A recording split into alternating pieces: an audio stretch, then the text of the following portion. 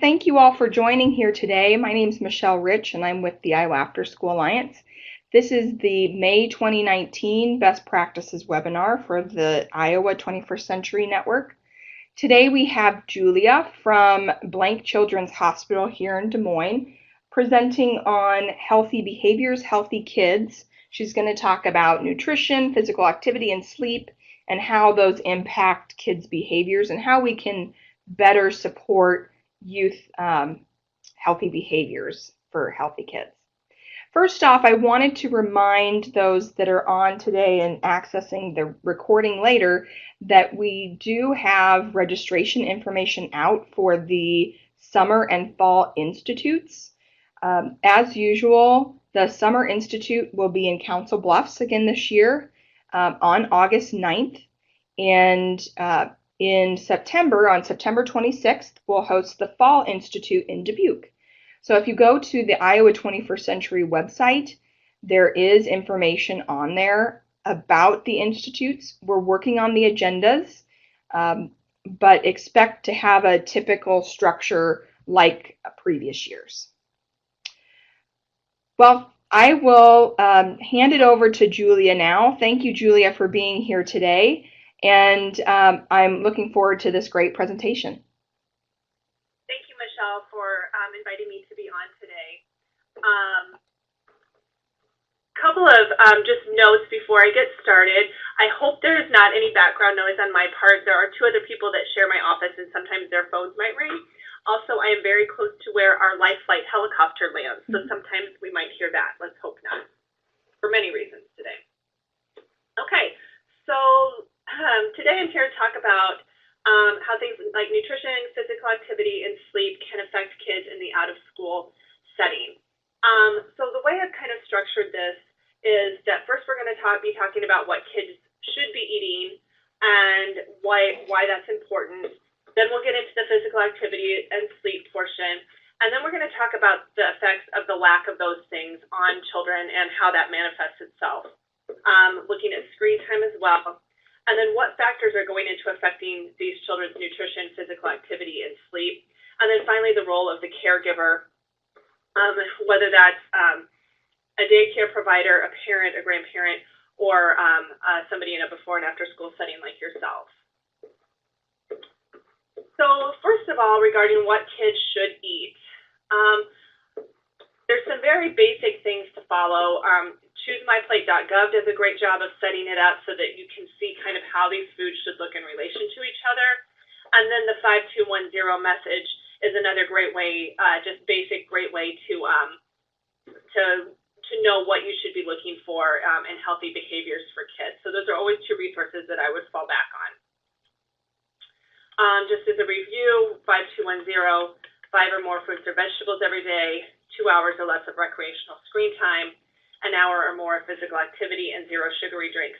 And this is what we're really trying to follow with our kids. If they're getting these things, chances are they're on a pretty good track and should be pretty successful in whatever setting that they're in. So just to kind of give a start to this, so looking at some nutrition basics, and I'm focusing first on the macronutrients, so carbohydrates, protein, and fat. So these are the things that we need to be having every day. And I kind of tell a little bit about these. Carbohydrates are a source of energy, mostly found in sugars and starches, and our body breaks these down into glucose to feed our cells, and so it's found in a variety of foods. So when people say that they're going low carb or no carb, and they're still getting fruits and vegetables, they're still getting some carbs. And I apologize, our helicopter is landing, if you can hear that. Proteins, another important part of nutrition for everybody. It helps build and repair muscle. It's found also in our hair and skin, and it helps us feel full longer. And then fat is also another source of energy, and it's actually very important to get healthy fats into your diet. It's used to store vitamins and minerals. It's essential for hormone production and protection for organs. So the reason I have this on here is because this is the nutrition that we're wanting to look for in the foods that our kids are eating. And when we're looking at carbohydrates, you can have simple ones or complex ones. Simple ones would be more like things made from refined flour or just plain sugar without a lot of fiber in it. So ideally, you're wanting kids to have things with more fiber in them, so whole grains, fruits and vegetables, those kinds of things. It's going to break down in the digestive system slower, and that glucose is going to hit your bloodstream a little slower and steadier. So that's why when we talk about wanting whole grains and fruits and vegetables, why we want those over things that are more refined. A couple other nutrition basics. These are just for some serving sizes. When you're talking about serving sizes, this is all that a serving size really needs to be. Fruits and vegetables are a half a cup each, and that would be about the size of a baseball or a tennis ball or maybe a light bulb. When we talk about grains, they talk about 1 ounce equivalents. We don't always carry around a scale to measure our food on, so just knowing that it's like 1 slice of bread, 1 cup of cereal, a half cup of cooked rice, pasta, or cereal, 5 whole wheat crackers, 3 cups of popcorn. You kind of win with that one. 1 pancake. A pancake should be about the size of a CD. Half an English muffin. Bagels are another one that are kind of confusing because they can be really huge, and so even half of one can be more than 1 serving. Proteins, again, we're talking an ounce equivalents. An ounce of meat, poultry, or fish. That may be something that it's going to be a little bit harder to know, but generally when you're talking about a serving size of a meat, you're looking at something about the size of a deck of cards or maybe the palm of your hand. An egg, 1 egg, a tablespoon of peanut butter.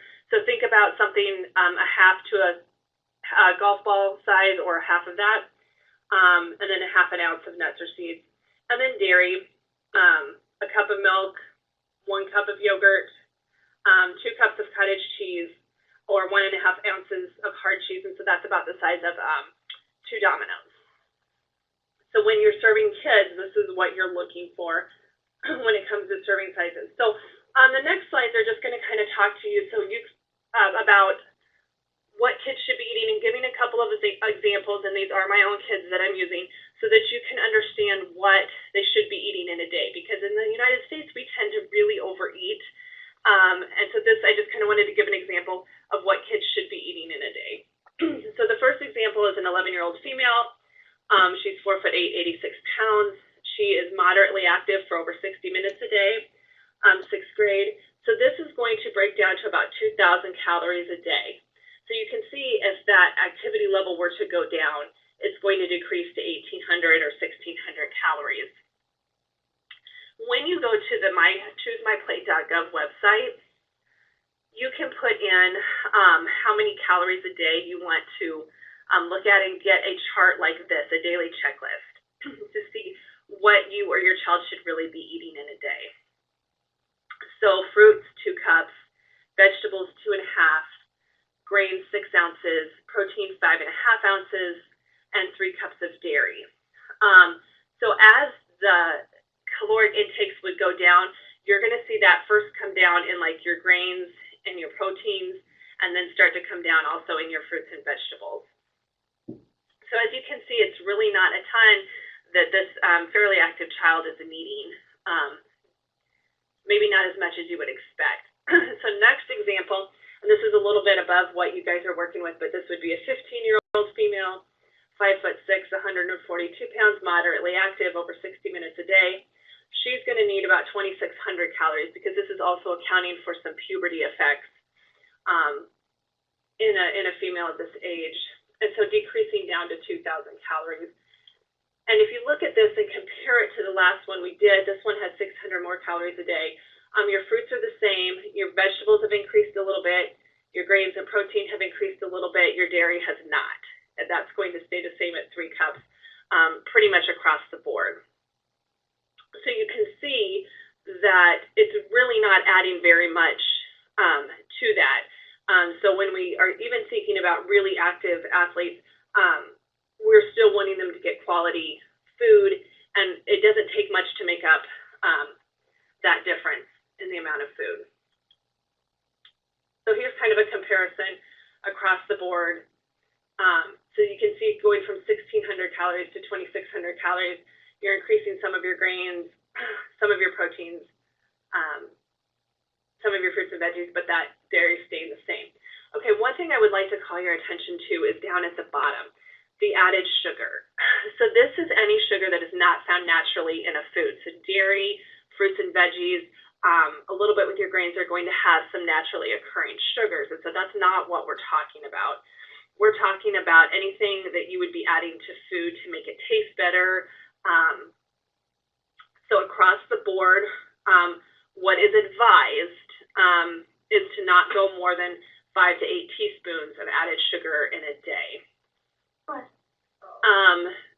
So when you look at what that breaks down to, if a child has 1 can of Coke a day, they're already exceeding that added sugar intake. A cup of chocolate milk is going to get them down lower where that needs to be. But again, if you're looking at all the added sugars that kids might have in a day, very easily is that adding up to more than the 5 to 8 teaspoons and more than calories that you need. Oh, I'm only at 2,400. Okay. So what is important when it comes to child nutrition and what you guys are feeding the kids in your settings? Looking for nutrition. So 100-calorie snacks, just because it's 100 calories does not equal nutrition. It may not have added sugars, but it also may not have some extra fiber, protein, or vitamins that you need. So you're going to be looking for whole foods with less sugar and less artificial sweetener. So more fruits and veggies at meals and snacks. Encouraging tasting. This is something that can be done in your setting. Taste testing for the kids, trying out different fruits and vegetables. It may take 14 or more exposures before kids will try something, so keep offering it, and hopefully eventually you'll get them to start eating it. Also trying to spin multiple colors of fruits and so that you can get a variety of vitamins and nutrients. Hi, I just wanted to remind people to mute their lines if they're not speaking currently. That would be helpful. Thank you. Okay, so what is important is eating a balanced diet, which is including foods from all food groups, because you're getting different nutrients from different food groups. Now, if you have a child with a condition like celiac or maybe another type of food allergy where they cannot have that type of food, asking the parent about appropriate substitutions for that, because so say they have celiac, they cannot have wheat products. If they eat wheat products, they're actually going to be sick. However, they're missing out on some B vitamins. So making sure, if we can't feed them this, what can we feed them? Same thing with dairy. If a child has a dairy allergy or is lactose intolerant, then they're missing out on some calcium and vitamin D. So, just asking the parents what a substitution is that they feel is appropriate. Avoiding overeating and also not eating enough. We need enough fuel for our body to perform vital functions. And again, we need to look for nutrition, not just calories. So when we were talking about the calories per day and those added sugars, it's very easy for us to hit those calories with all those extra sugars, and we're missing out on the vital nutrients and the healthy foods that we need. So that's why we want to see kids bringing healthful foods and snacks so that they're getting that nutrition, they're getting that fuel. Okay, so this is a slide that I created a few years ago after a PTO meeting when I came out of there very irritated about classroom celebrations and just the amount of sugar that I was seeing go through our school. And the one thing that we hear is that it's just one time. Oh, it's just one time. So I went home, and my kids were probably, I think, 5th or in 6th grade, and then like 2nd and 3rd grade, something like that, 2nd or 3rd grade. So I added up all of the just one times that they went through in the course of the year. So between classroom birthday treats, including the teacher's birthday, did like an outside birthday parties for themselves, friends, siblings, parents, relatives, classroom parties. In our district, they had a fall party, a winter party, and then a friendship party. There was a fun night and a field day. They got treats at all of those. they were playing some softball and basketball, and you have the parents sign up for the treat calendar, and they always bring something like fruit snacks or whatever, and juice boxes. My kids were in 4-H, so there was always a snack at their meetings. Um, we were involved in county fair and state fair, so parents were bringing in all kinds of junk for the kids to eat. Halloween candy, I usually let them stretch it out for about 14 days. Same with Christmas candy and cookies, and that's probably not even everything. Holiday gatherings that you might go to, Valentine's Day gifts, classroom exchange candy, Easter candy. So this just one time came up to 119 days. But this didn't include what are they having at their sleepovers and play dates. Did you make cookies at home? Maybe take a trip for some frozen yogurt or ice cream. Visits to grandma's house where she believes that it is her God-given right to feed your children junk. And concession stand purchases, parades where they're getting all this candy. And my tip is if you're having your kid be in the parade versus watching the parade, because they're not going to end up with all that candy if they're in it. And they're also walking a really long way. People who do food rewards for immunizations or good grades, and then other items, chips, regular pizza, hot dogs, just all those kinds of foods. So you can see how very, very quickly that just one time adds up. So if we can keep some of that stuff out of the setting, the child care setting, those kids are still going to have plenty of opportunities for these treats throughout their year. Okay, moving into physical activity. How much? Kids need, well, all people need 60 minutes of physical activity every day. There's 3 types. There's cardiovascular, which is what you think of when you think of running or biking, strength, and then flexibility. And this is important to prevent chronic diseases, to control weight, cardiovascular benefits for heart and lungs, improving sleep when we're regularly active. We're sleeping better at night, relieving stress. I know some people feel like it's more stressful to try to fit in exercise and that it's hard and they may not really like it, but if you can figure out a way to do that, you're going to start feeling less stressed afterwards. And then we also have increased energy because our body, we're firing up our metabolic system and our and trying to keep that going, so we have more energy over the day. Kind of an accurate picture of how much physical activity those two children were getting. PE, between the two of them, 40 minutes every other day. They were involved in a dance or sport for about 3 to 4 days a week, several hours a day. That 15-year-old was also on a high school dance team, so she was getting a lot of activity a week. Some other activity that they did, and then play or practice at home. So you can see that 11-year-old was still in that younger age range of going outside, riding her bike, playing outside with friends, doing that a lot more so than the 15-year-old was.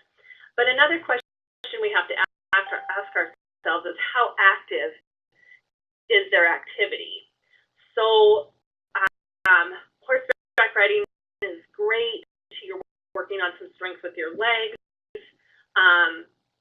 Dance is great as well, but they're not like sustaining that activity really over time, like if they're playing soccer or something. So wanting to make sure that interspersed in with some of that moderate level activity activity or some bursts of some higher energy activity, because that's what, you know, gets them breathing hard and their heart beating faster. So when you have your kids in your program, trying to get them active and then some into that moderate to vigorous range as well, even if it's in some short bursts, because then that's the physical activity that's really good for them. So what's important? This information is from an article in Active Living Research, a research brief from a couple of years ago, where they looked at a variety of different studies that had been done and kind of pulled out the common themes of those. Children engaged in regular physical activity perform better on standardized tests than those who were sedentary. They had improved attention and memory, which are both crucial to learning. And then some brain imaging studies have been done that show that children who participate in physical activity have increased neural firing compared with those who were sedentary. So what they would have the kids do is participate in a game or play or something for 20 minutes, and then have another child sitting quietly reading a book for 20 minutes, and they would do some scans of their brains and looked at what was firing and what was not. Now, reading and some of that quiet time is also important as well, but you can kind of see how if a child's having that physical activity, more of their brain is going to start firing, which is going to be better for when they are sitting down having those learning times in the classroom. So sleep. For the kids in the age range that you're working with, it's really recommended that they get 9 to 11 hours of sleep at night. So going to bed somewhere between 8 and 9. Some of these kids are getting up between 6 and 7. You know, obviously adjusting that as needed depending on what time they need to be up. This is important because sleep is when our bodies repair themselves. It's important to attention and memory. When we don't get enough sleep, we have a harder time focusing. We maybe won't remember things as well. We have improved behavior, adults and kids, when we get enough sleep, and better emotional stability. We don't get upset as much or angry as much because we're able to control those emotions a little bit better. So let's move into talking about what happens when kids don't get that nutrition that they need. They may be hitting those calories, but they may not be getting it in a nutritious way.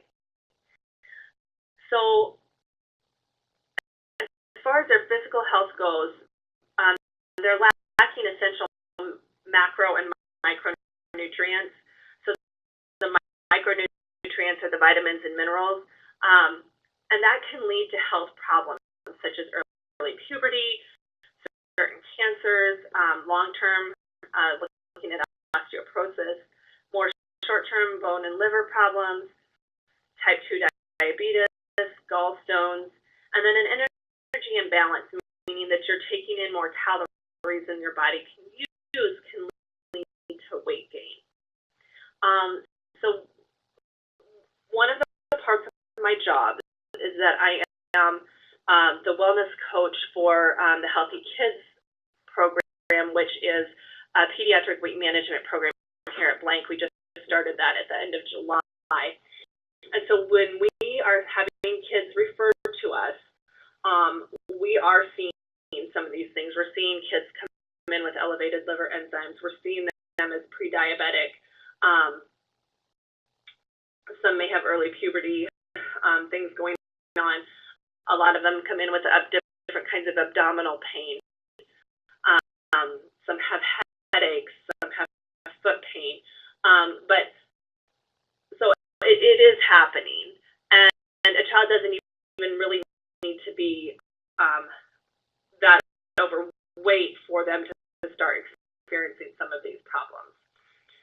As far as attention, when we're not getting the fuel that we need, we have difficulty focusing, especially with those higher sugar foods, because those are just spiking the blood sugar level, and they're not taking a long time to digest. The child's not really getting a lot of nutrition out of them. So when we have difficulty paying attention, we also have a worse time with memory. Poor memory is something that you see when kids aren't eating well, difficulty retaining information.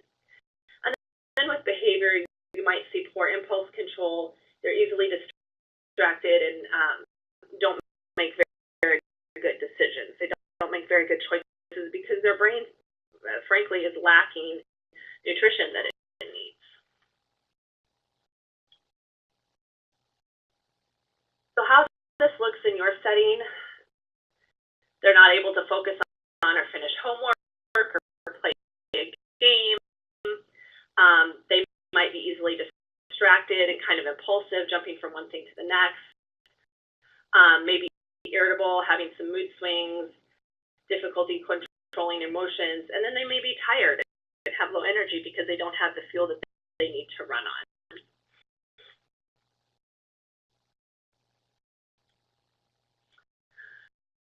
Looking at what happens when we don't get enough physical activity, same thing, risk of health problems like bone and cardiovascular illnesses.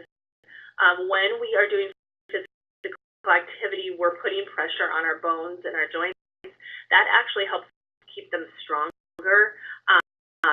So that's why strength conditioning is very important. Whether it's body weight exercises, kids are doing the monkey bars and things like that, or just anything where they're running and playing and they're putting some of that impact and stress on their bones is actually anything that is involving strength is going to help build that bone. Again, without physical activity, you're looking at an energy imbalance. When they are physically active, you can be looking at an increased risk of injury, because their body's not used to that activity. They're going to tire easily. They're not going to have as much energy to get through their day, and they may have sleep problems, difficulty sleeping because they're not their body is not able to get activity every day. So again, same thing with attention and learning, difficulty focusing and with memory, lack of energy, or they may be restless because this is a child who wants to move and needs to move, and maybe is told they need to sit still, and so that's not always good for kids to sit still. And then in mental health, there's some evidence suggesting regular activity can improve mood and some mental health symptoms. It's not going to be the cure for it by any means, but that's one thing that is recommended is trying to engage in some physical activity.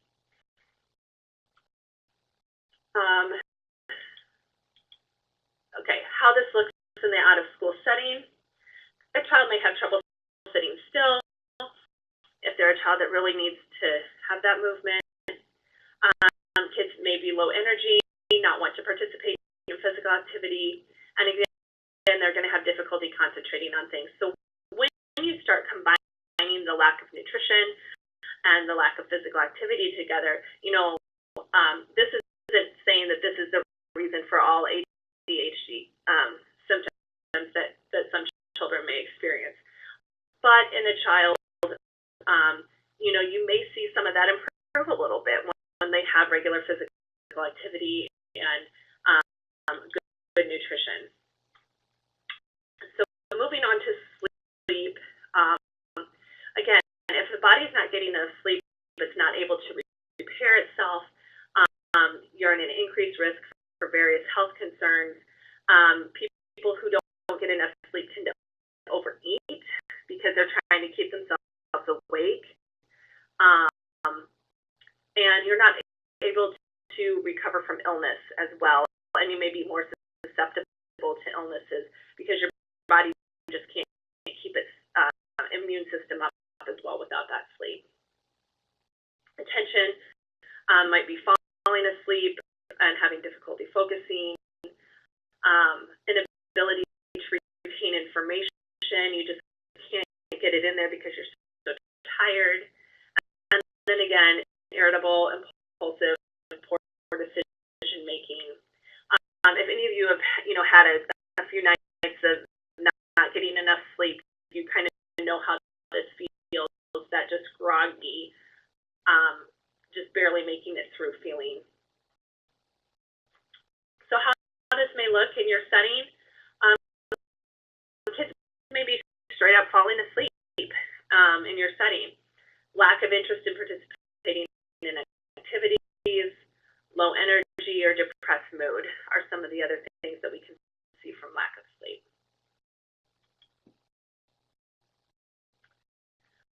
So let's talk about screen time a little bit. So what screen time is any time that is spent on a screen that is not for educational purposes. So any time that they're on an iPad, a computer, cell phone, watching TV, movies, playing video games that's not for a school or educational reason is what we consider to be non-recreational screen time. What is recommended by the American Academy of Pediatrics is 2 hours or less of that. And really, if you can break that down into 30-second or 30-minute segments, would be best, so that a child is not just sitting sedentary for a full 120 minutes. So doing something for 30 minutes and then getting up and doing something else, whether it's physical activity or reading a book, but breaking that up. The effects that we have, that screen time is having on our health and as a population as a whole, we're becoming much more sedentary. We tend to over or under eat, and then having difficulty falling asleep. There is research about the effects of that blue light from the phone and how it affects the brain, and it disrupts our sleep patterns. What you're going to see is, again, difficulty with focusing, memory, and attention, impulsive, and then very upset when screen time is limited, because it's almost like an addiction. So when you tell a child that their screen time is up or that they're not allowed to have it, and they just go into this complete meltdown, it's like an addiction where you're not able to get that thing that you're addicted to, and you kind of start to have this withdrawal feeling. So, that we want kids to be more active and to be off those screens because it's healthier for them, and not have them get really addicted to it. So, how this is going to look again in your setting: lack of interest in participating in anything that does not involve the screen, a short attention span, they're used to things coming at them very quickly,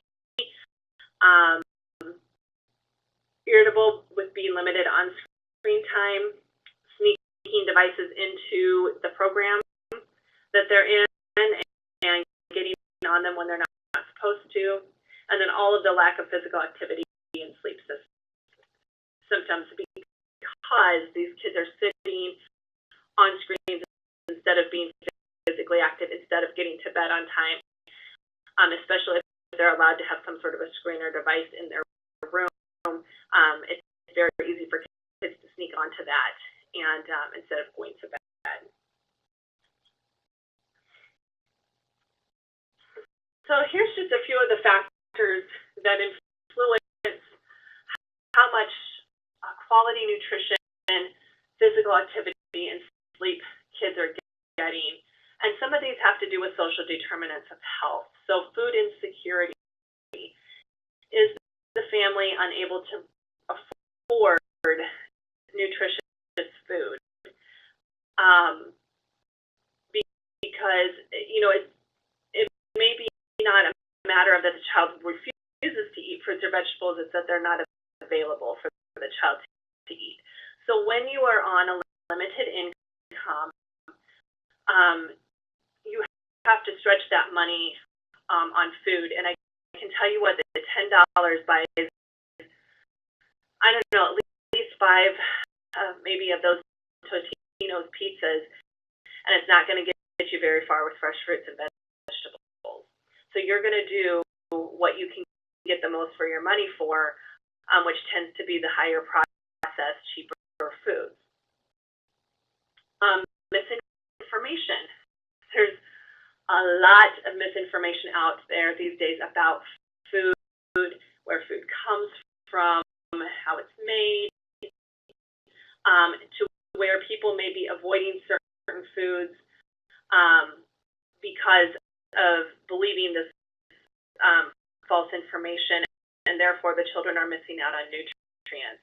I had a friend tell me recently that she had been eating vegetarian and that she was going to go back to eating meat because she found that she was living a very unhealthy lifestyle by eating vegetarian, and I was a little confused by that because a lot of times people will choose to eat vegetarian because they feel that it's healthier, but she said that for her it was an excuse to eat more sugar, and she would be like, oh well, I don't eat meat, so I'm going to eat this. And she said some of the things that she was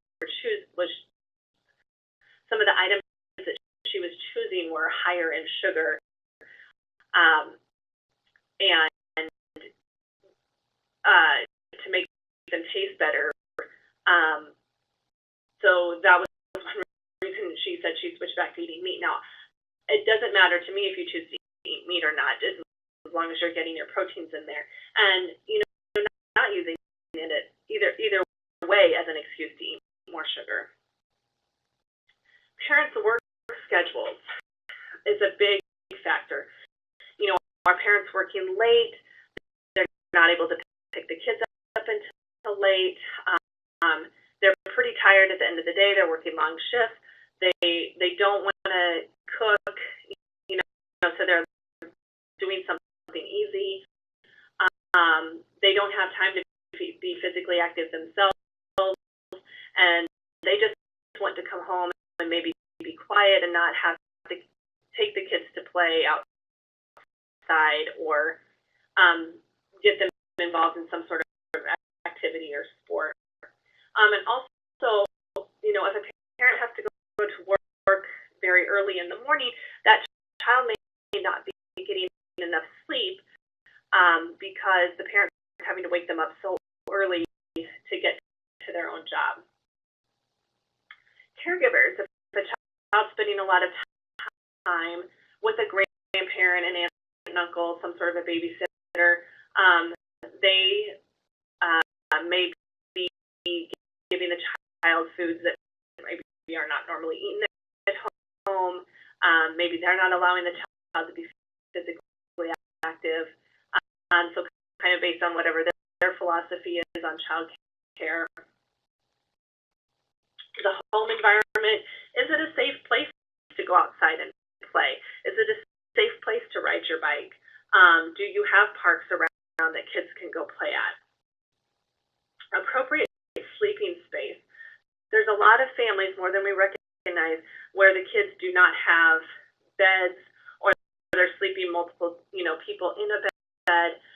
And so when you don't have that appropriate sleeping space, um, you're not able to get a quality sleep, and so you're gonna feel more tired and have some more of those effects of that lack of sleep.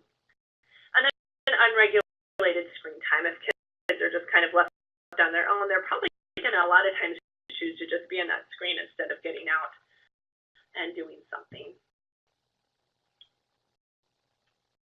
So all this brings us to what your role in promoting health behaviors in your setting is. So as far as food insecurity goes, what education can you provide to kids about nutritious eating, and really eating for nutrition, for fuel, and not just for empty calories? So maybe that's that you're using some of the different 5210 materials. A program that I am a trainer for is called Catch, that has a curriculum that you could use as well. Switch is another program. Providing healthy